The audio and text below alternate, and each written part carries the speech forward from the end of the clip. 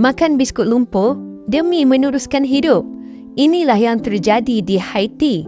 Jom saya story. Sebuah negara kecil di Kepulauan Caribbean, kelaparan sudah menjadi sebahagian daripada kehidupan seharian bagi ribuan keluarga miskin. Penduduk terpaksa makan apa saja yang dikenali sebagai bonbon tea ataupun biskut lumpur demi meneruskan hidup. Biskut ini dibuat daripada campuran tanah liat, garam dan sedikit minyak sayuran. Kemudian dijemur di bawah panas terik matahari sehingga menjadi keras seperti biskut.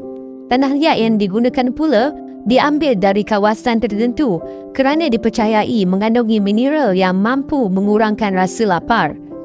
Namun hakikatnya ia langsung tidak mempunyai nilai nutrisi dan boleh menjejaskan kesihatan jika dimakan secara berterusan. Ramai yang mengalami masalah seperti sakit perut, cirit-birit, jangkitan kuman dan kekurangan zat makanan selepas memakan biskut lumpur ini. Situasi ini menjadi lebih parah setiap kali negara itu dilanda bencana alam seperti gempa bumi, taufan ataupun kemarau yang menjejaskan bekalan makanan.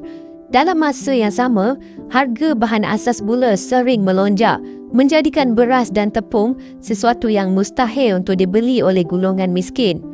Dalam keadaan yang terdesak itu, tanah liat menjadi satu-satunya makanan yang mampu mereka perolehi. Masalah kelaparan yang berpanjangan ini terus menghantui rakyat Haiti akibat kemiskinan yang melampau, pergolakan politik dan korupsi yang berantai negara itu sejak sekian lama.